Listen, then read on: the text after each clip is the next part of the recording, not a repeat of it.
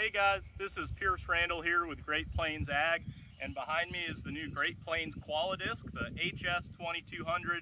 This is the 16-foot model, and I'm here with today's field tip. What we're going to talk about is setting the levelness of the machine when you're on the smaller tools that don't have the gauge wheels. The 13 and the 16 foot, the front gauge wheels are optional, and they'll be standard on the 20 and 23s. One of the big things we found here today was how to adjust the level utilizing the front tongue. The levelness and the depth of the rear machine is set with shims on cylinders that go to the rear attachment, but the levelness and the depth of the front of the machine is set with this tongue here. So if you come on up, we'll take a look at what we're talking about. You've got a telescoping tube here, and then you've got a cylinder with a series of shims.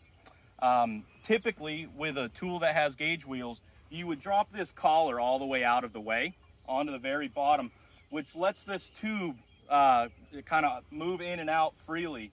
And with the gauge wheels, the levelness and the depth of the front of the machine are set with the gauge wheels. So you're good there. You can leave that collar out of the way so the tongue can flex and float.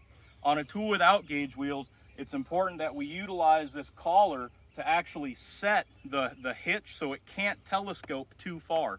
If it telescopes too far, the front of the tool actually plunges into the ground. So the best thing to do, what we found in this collar, there's 3 different positions, kind of a front, medium, and a rear. And what we did was in the middle position, and we're on 1, 2, 3, 4, 5, on the 5th hole. Now it might vary based on the hitch height of the tractor, but ultimately what we did was we set these shims level on the front cylinder with what we did on the rear, and then we used this collar as we adjusted the height of the machine to get it where the tool was fairly level.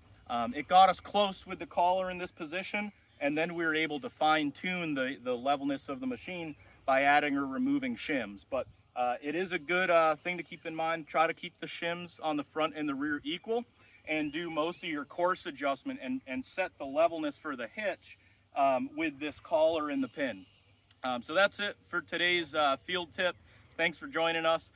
Contact a local Great Plains dealer near you to talk more about the HS2200 Qualidisc.